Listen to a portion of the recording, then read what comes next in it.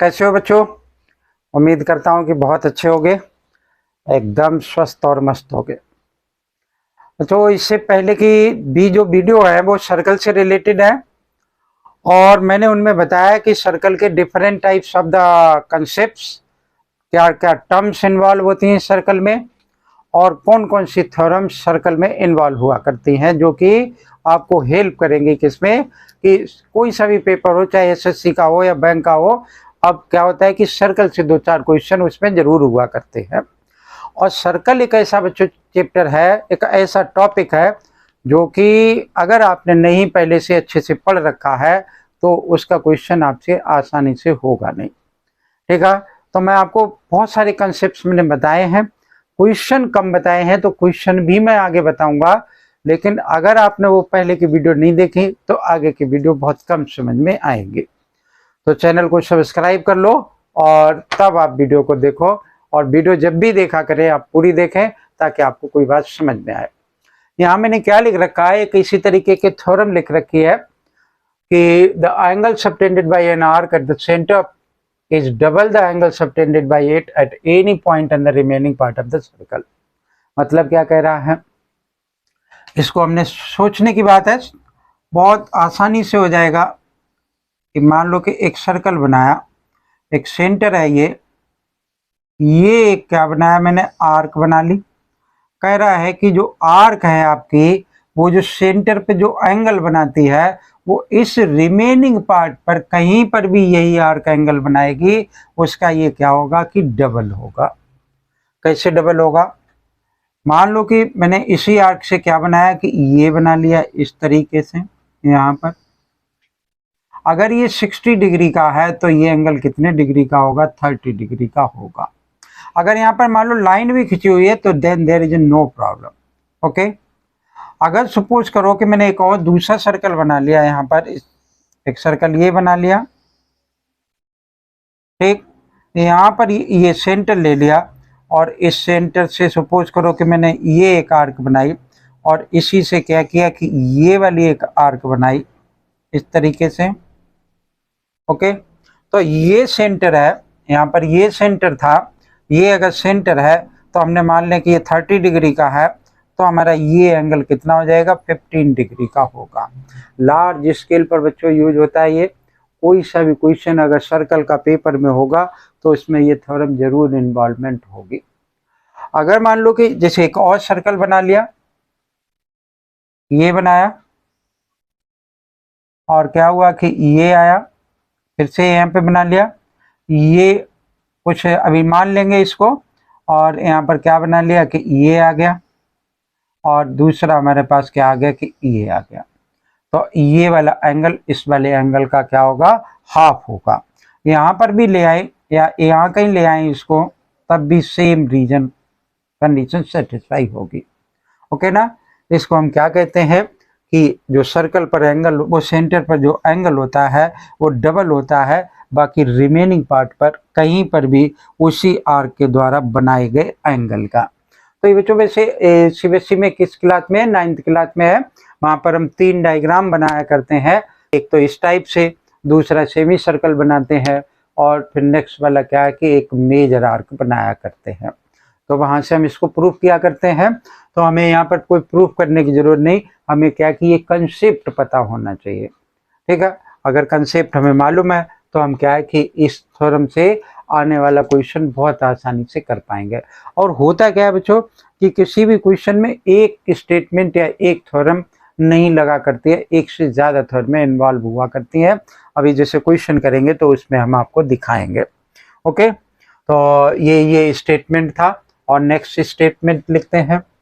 Before it you have to pause the video and copy it. जो copy करते जाएंगे तो पूरा सर्कल इस तरीके से मैं आपको रिवाइज करा दूंगा, और बहुत सारे क्वेश्चंस जो कि प्रीवियस ईयर के पेपर्स में आए हैं वो भी मैं इसमें कराऊंगा आपको। ठीक है, क्योंकि मैंने देखा इट्स वेरी इंपॉर्टेंट। नेक्स्ट हमने लिखा angles in the same segment of a circle, angles in the same segment. Segment क्या मैंने पहले बताया है, angle in the same segment of a circle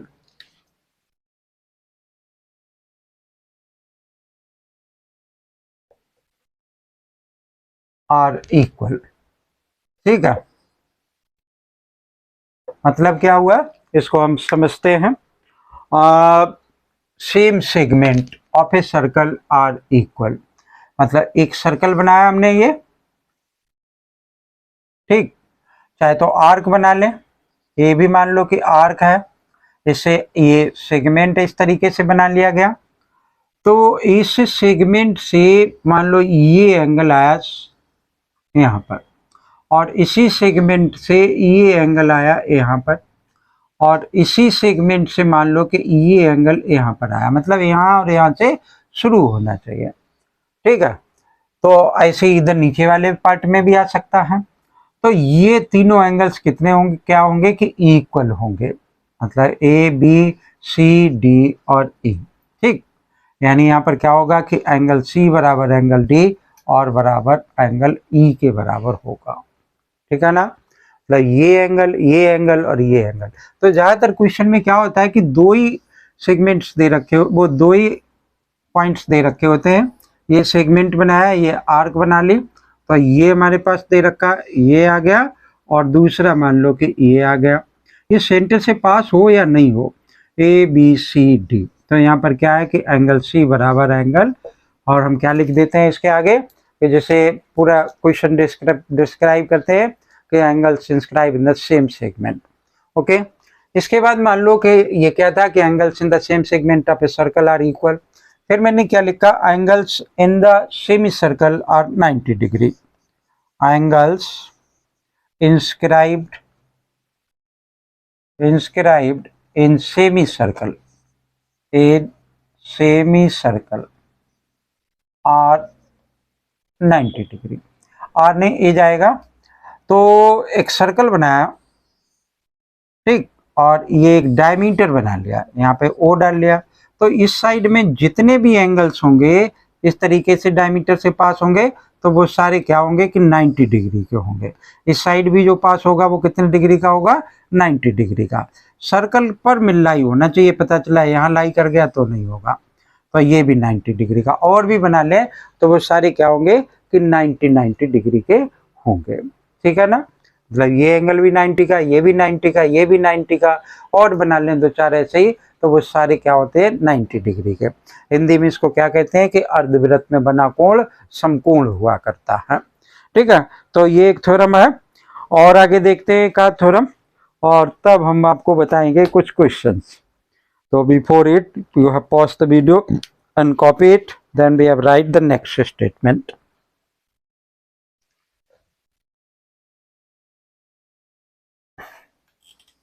तो इस चैप्टर को मैंने इसलिए सिलेक्ट किया क्योंकि इससे क्वेश्चंस बहुत सारे आते हैं, और ज़्यादातर स्टूडेंट्स को क्या है कि मुश्किल लगा करता है, इसने सिलेक्ट किया। तो देखो एक और स्टेटमेंट क्या लिखा, if A line segment joining the 2 point, यहाँ से बहुत बड़ा सा स्टेट है, लेकिन जो हम इसको वो बहुत इजी रहेगा। यहाँ लिखा if a line segment joining 2 points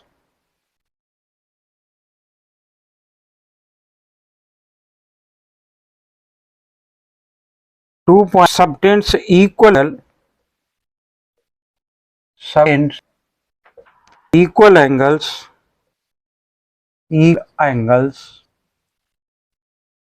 at 2 other points at 2 other points lying the same line on the same side of line containing segment contain the 4 lie on the circle. The 4 points lie on the circle. तो जो statement लिखा है, आप इसमें कोई ऐसी खास नहीं है, और इस पर लिया आर्क लिया या सेगमेंट लिया। ये सर्कल हमारा थोड़ा सा कम सर्कल लग रहा है, तो आप इसको पूरा सर्कल मान लो। ठीक है, अब इससे क्या किया कि ये एंगल एक बनाया और ये बनाया, ठीक, तो ये और ये चारों पॉइंट्स क्या होगा, इस सर्कल पर लाई करेगा। कंडीशन क्या है कि ये एंगल इस लाई तब करेगा जब ये एंगल इस एंगल के इक्वल होगा। मतलब अगर इसको आप ले जाऊं तो ये ऐसा भी हो सकता है ना, ये ऐसा भी हो सकता है कि यहाँ से ऐसे आ गया, ये सब नहीं पॉसिबल होगा। If segment line 2 point equal angle 2 lying on the side line, मान लो इस तरह लाइन बन, इसके इसमें containing the line segment, line segment कर रहा है the points on lie on the circle.